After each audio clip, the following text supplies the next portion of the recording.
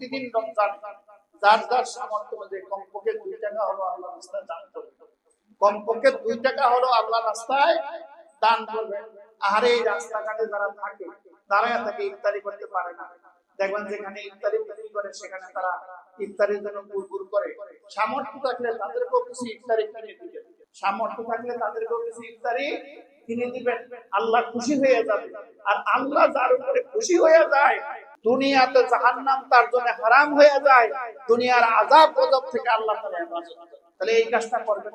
আল্লাহ তুমি আমাদেরকে এই নেক কাজে, ভালো কাজে অংশগ্রহণ করার তৌফিক দাও। আর রমাদানের রোজাগুলি, সিয়ামগুলি সঠিকভাবে পালন করার তৌফিক দান করো।